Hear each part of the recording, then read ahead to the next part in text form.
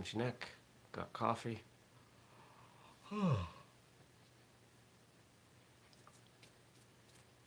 Eye crusties in my eyeball. All right. Are you ready for this thing? I'm ready. Are you ready? I'm ready. Let's get ready. 3, 2, 1. Good morning, everybody. Welcome. Today is Wednesday. It's January 27th, 2021. My name is Jeremy, and this is my first cup of coffee.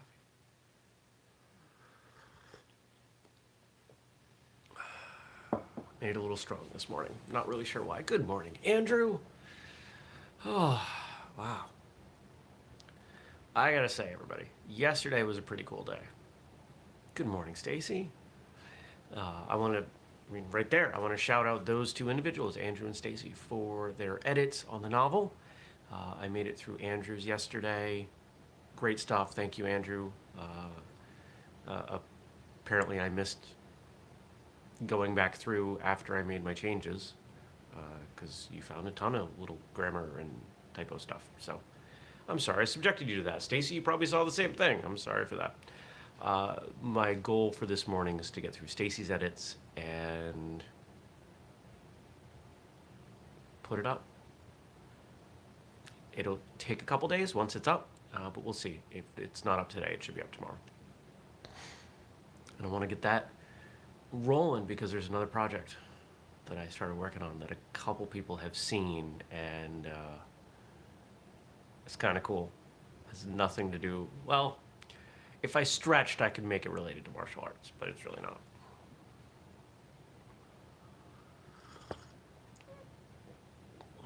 It's just fun. It's just fun. So, yeah. What else happened yesterday? Oh, I had an interview. Had a great interview. Somebody wrote something. Andrew says, interesting note, I talked to an English professor. Cord of wood is regional. In New England, it's not pluralized with an S. Elsewhere it is. I did not know that, but yeah, 4 cord of wood. 4 cords of wood? Yeah. I don't remember how I put it in the book because I recognize that sometimes how I speak and what we say around here may not be proper grammar. We say some weird things. It's something you edited in the book. Oh, cool. Huh. Those little regional differences in so much of what we do, you could compare them to martial arts differences, which probably involve some regional differences. Maybe not a whole lot of regional difference in Okinawa, but at the same time, I'm sure some of those things happen before cars, right? And so even though the island's not terribly large, if you're walking, that's a pretty big distance. Think about how far you traveled as a kid in a car. What is that far? A few miles in each direction? If I didn't have a car, what would I know? I would know my road and the people around here, and I would know the shortest route to the grocery store. I think that's it. Oh, the coffee's so good. Anything else happen yesterday? Client stuff. More client stuff. What's happening today? More client stuff. Do the books. Got a call with a couple friends about martial arts and some stuff they wanted to talk about around promotions. They wanted my advice. So I'll talk to them this evening. Went to the gym last night. Probably get back there for a little while tonight. It's just been a good couple days. It really has. I'm in a good place. I really am. I hope it doesn't seem redundant day to day when I talk about what's going on in my life, because it's good stuff. I've built the core of my life around some pretty steady, consistent things. This show, eating food, going to exercise, recording episodes. There's a lot of really good stuff in there.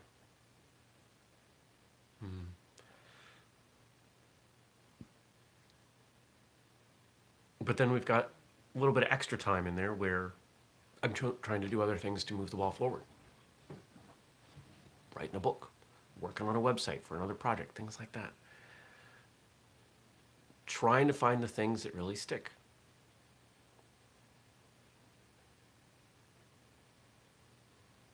Yeah. Stacy says the Patreon post yesterday. What did she say? The Patreon post yesterday. Oh, my heart. Andrew said something kind of similar on Facebook yesterday.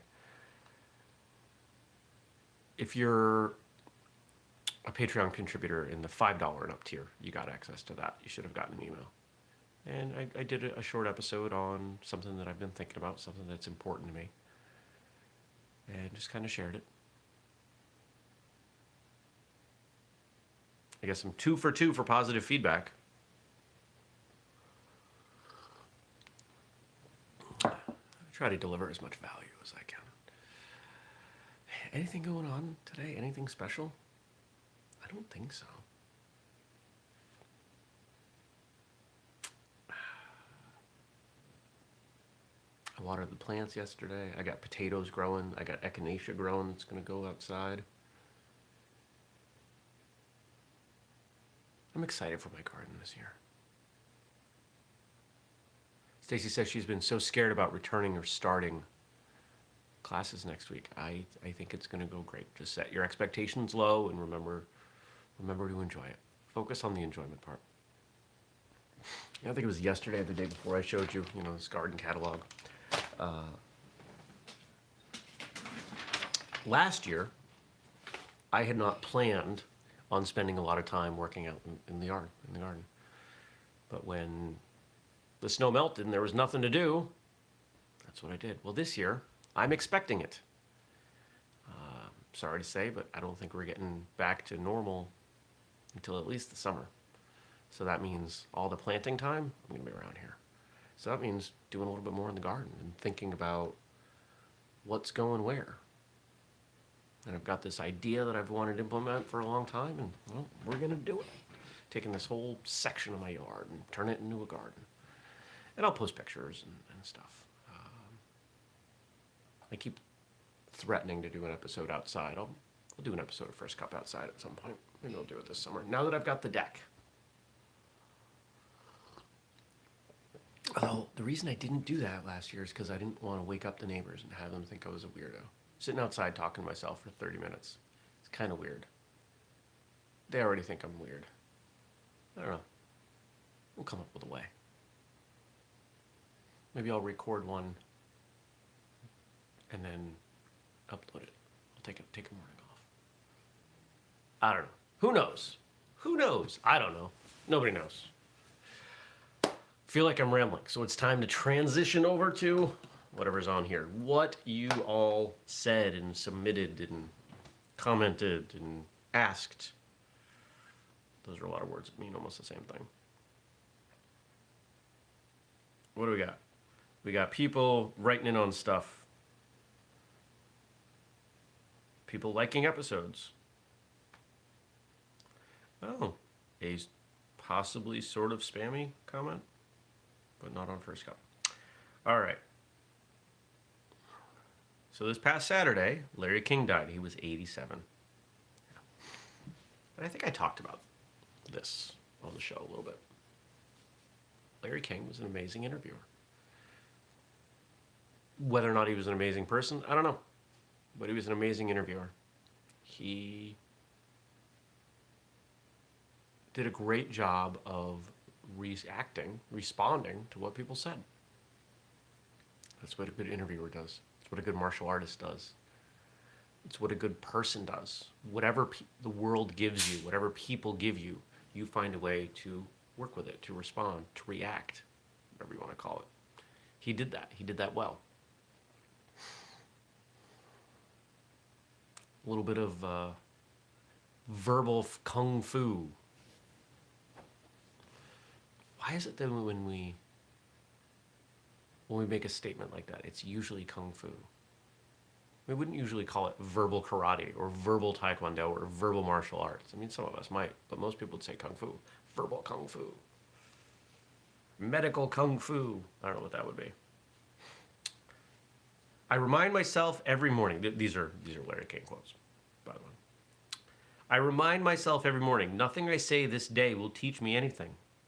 So if I'm going to learn, I must do it by listening. I got chills on that one. So powerful, so real. Thus, one could infer that the people who talk the most know the least.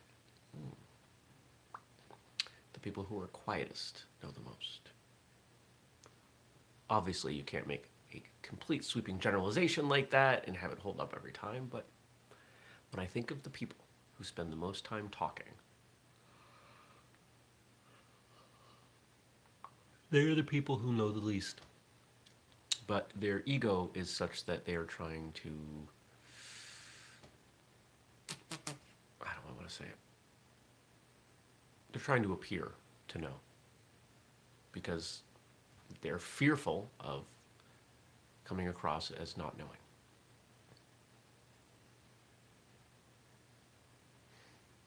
There are plenty of times when I talk a lot, and I don't just mean in the podcast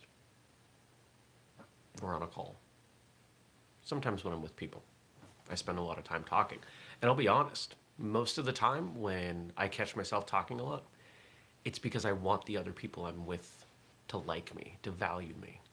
And I will overstep and share too much and try to prove my knowledge of a subject.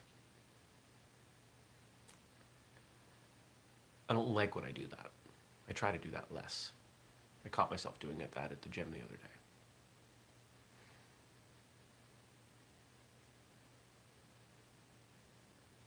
Another opportunity for growth, right? We get better as we go.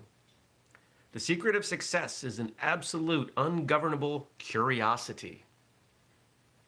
Curiosity, desire to learn more, to know more, to understand more. There's more.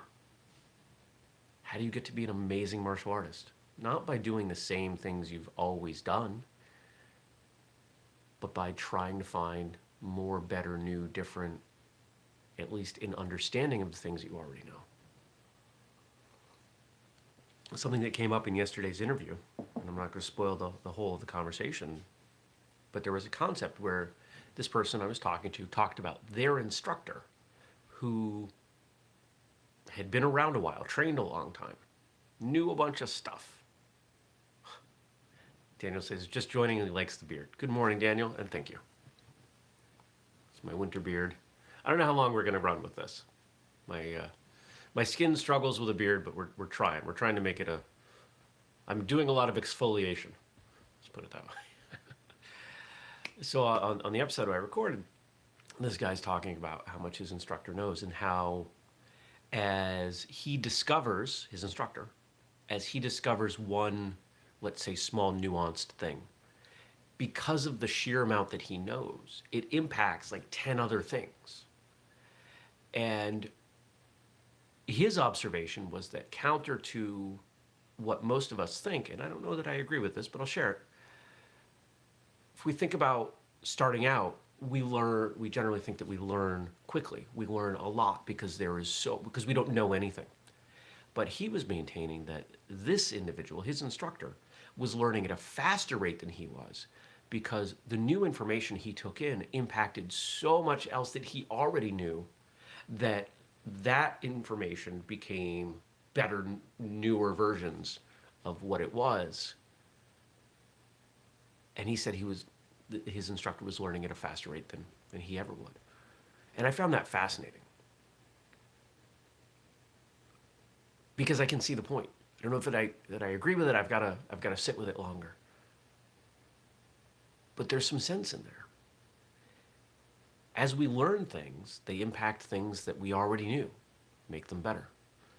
For example, if you make a small adjustment in, let's say, your stance that makes you faster, makes you 10% faster. Well, suddenly certain combinations are going to be more effective. Suddenly, some things that were prohibitive might work. You might find that certain techniques are now more favorable than others. It could change everything. I like that. I like that constant process of discovery, that curiosity that we have to hold on to, because it can lead to a lot. There's a fine line, right? You can certainly be too curious. Curiosity killed the cat. There's a reason that we have that cliche.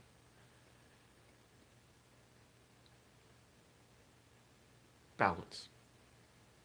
A healthy level of curiosity. If you're watching live, do me a favor, hit that thumbs up. I see the difference later on. You know what? It's not just the live views. It's actually the views later on. If everybody who shows up to watch live hits the thumbs up, we end up with 10 or 15 more views later on the episodes. All of my life doing interviews, comedy has been my favorite thing. Comedians are my favorite people. I love comedians. I love stand-up.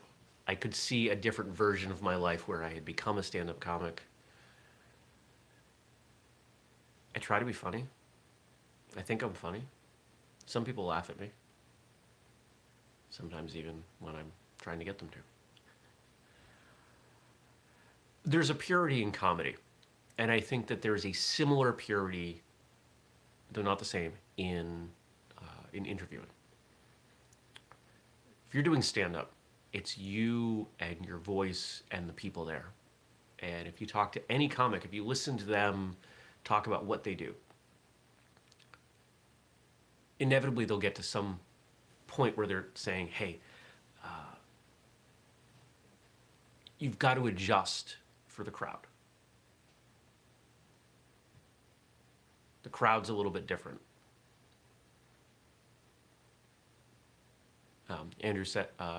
Daniel says that he doesn't have a thumbs up button. Weird. Maybe not everybody does. It should be. It's buried somewhere, I'm guessing. But if you don't have it, don't worry about it.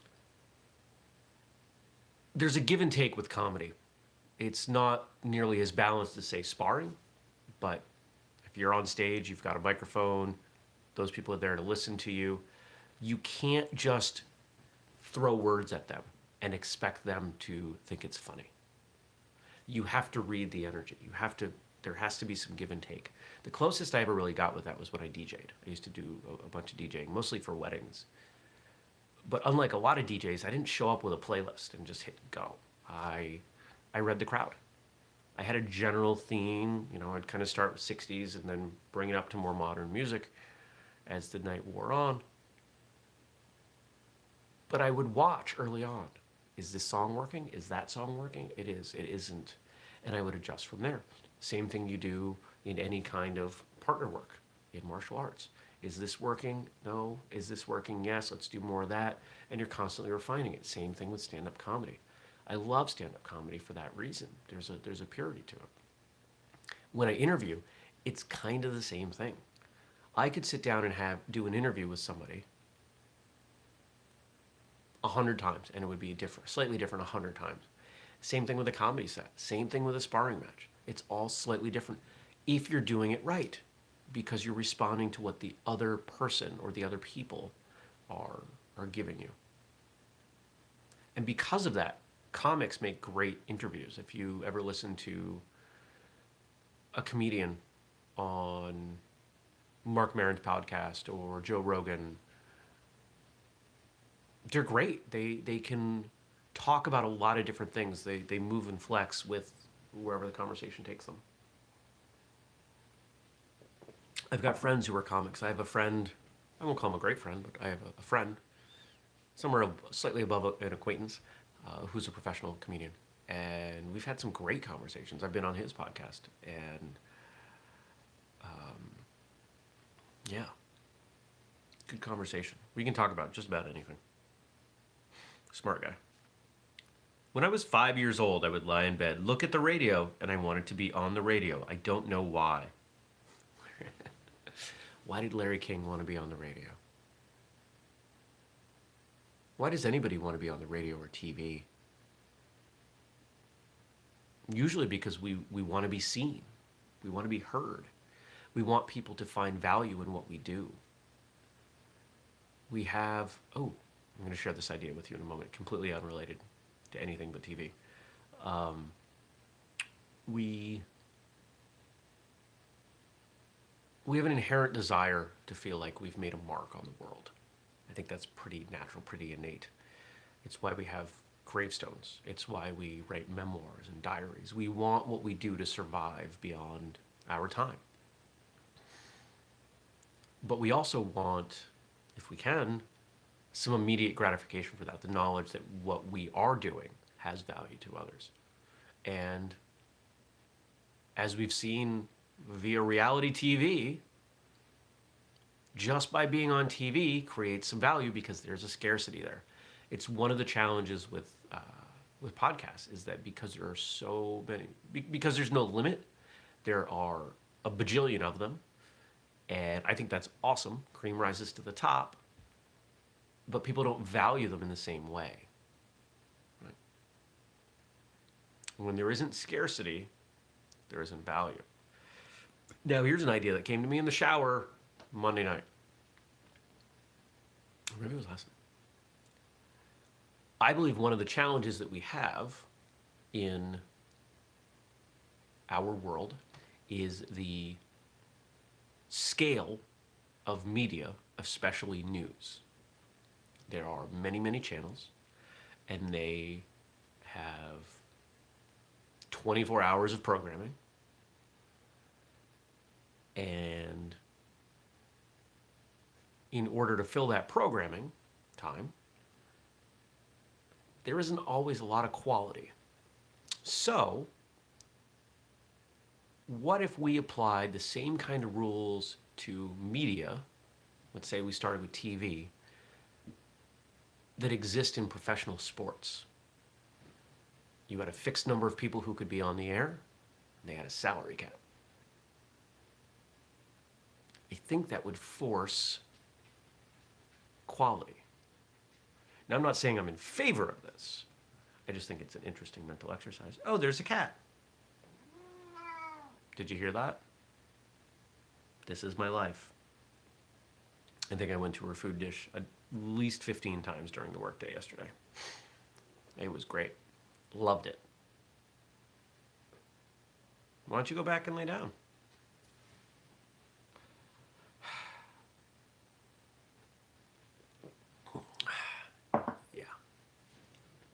Stacy actually described that really well. Meow. That was very much a meow. Wasn't a meow. She didn't like the food that was in her dish last night, so she was waking me up. I want different food. And now she thinks she's hiding from me. She's playing hide and seek. She's the worst hider. She used to hide, and her tail would stick out from things. So the only thing you could see was her tail. It was really funny. All right, last one for the day. Last Larry King quote in celebration of his life. You cannot talk to people successfully if they think you are not interested in what they have to say or you have no respect for them.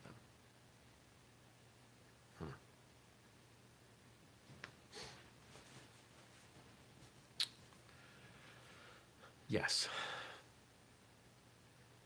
You ever been in a conversation with someone who is listening to respond? We've talked about this before. They listen to respond, not to hear. There are interviews that happen like that, sometimes on mass media. Yeah, but I've known people who do this. It's incredibly frustrating. They're trying, all they want to do is say what they want to say. They're not really interested in what you have to say. And I'll be really honest. This is my secret, air quote secret, when I interview people. I shut up. It's all I do. I just don't talk. and they talk, and then when they're done talking, I ask them a question. That's it. And it sounds simple, but most of the time, when we're done, I get some kind of response of, that was one of the best interviews I've ever had, or that was the best interview I've ever done, or you're an amazing interviewer. I don't do anything that fancy. I just shut up. Yeah, that requires some patience. It requires being present. And I will say that over time, I've gotten better at asking good questions. But the shutting up part's not that hard. When you're trying to get to know someone in an interview, on a date, a job interview, any setting where you're getting to know someone, if you follow really the structure of what I do in podcast interviews, you're going to do better. Spend less time talking, ask simple, relevant questions, be okay with silence, especially in a job interview. Did you feel it right there? Did you feel that moment? There's a moment where silence creates tension. And in that tension, most people are going to feel the need to fill that space. It becomes too quiet, it's awkward, they don't like it. I'm perfectly fine with that silence. If it goes too long, we'll edit it down. But most of the time, if I let the silence sit for a beat or two longer than most people are used to, the person I'm talking to will say something. And because they are more focused on filling the space and it not feeling awkward, that's quite often when we get the best stuff, because they aren't censoring themselves as well. They don't hold back, they just say something. And that can be some of the best stuff that ever comes out. If you ever have to interview someone for a job, just sit there and let them talk. And if they stop talking, if there's silence, but you think there's more, just kind of look at them and nod. Maybe you go, They'll keep talking. And if they don't, it means they're incredibly comfortable with who they are. And you learn that about them. That's an asset. Andrew says, it requires, what I'm talking about, requires not having an agenda. I agree. Stacy says, some are storytellers. You, my friend, are a story catcher. Ooh, I like that. You are so good at eliciting a yarn and a story. Thank you. It's a skill set that I'm very proud of. It's taken a long time to develop, but I think I'm pretty good at it. And one of my hopes, this first came up when the TV show Into the Badlands was on AMC. And anybody, if you remember AMC and their programming, when they had The Walking Dead, they, for years, had a show before Chris, what was his name? Another comedian. He got canceled. They had a show called Talking Dead right after it, and it was live. And they would have guests on, and it was a fun show. They would unpack the episode. I wanted to host that for Into the Badlands. I thought, who better than me? And I still feel that way.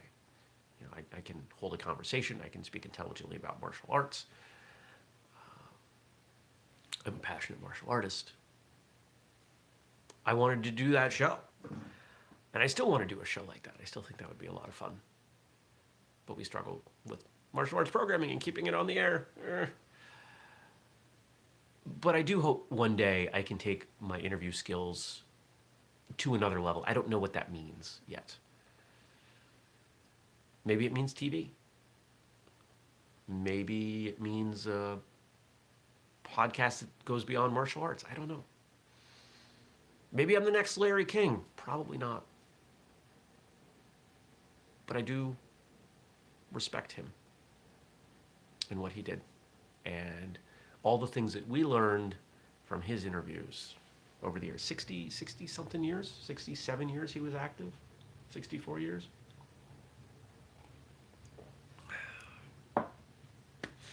Yeah. So I think that's good.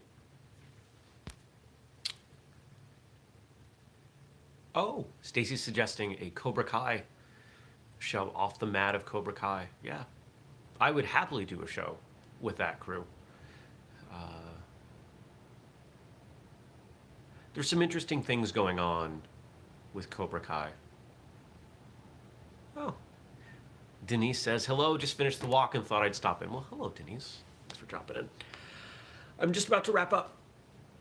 There's some interesting stuff going on with Cobra Kai. If you follow what's going on kind of on the back channels of social media with the characters, season 4 is going to come out, and I'm a little worried. I'm a little worried. There's a lot of fame. There's a lot of rapid rise in some very young actors who. Well, tell you what. Somebody asked me a question about this. Remind me about it so we can talk about it tomorrow. How's that? Because I gotta go. Because it's been 30. Apparently, I'm dying. It's been. There we go. It's been 31 minutes. So I'm gonna go. Thanks for joining me. Hit that thumbs up button if you see it. If you can, leave me questions or comments for tomorrow. I'm sure. Hopefully you all see those when the show closes. And remember that we do this every weekday, 6:30 a.m. U.S. Eastern Time here on YouTube. Catch it later in audio form. Remember, next Tuesday we've got Whistlekick Live, another episode of Martial Arts Radio coming tomorrow. If you love the stuff that we do here at Whistlekick, remember you can support us via Patreon, or you can buy something, use the code FIRSTCUP15 at whistlekick.com. Thanks, everybody. I hope you have an amazing day, and I'll see you back here tomorrow. Take care. Peace.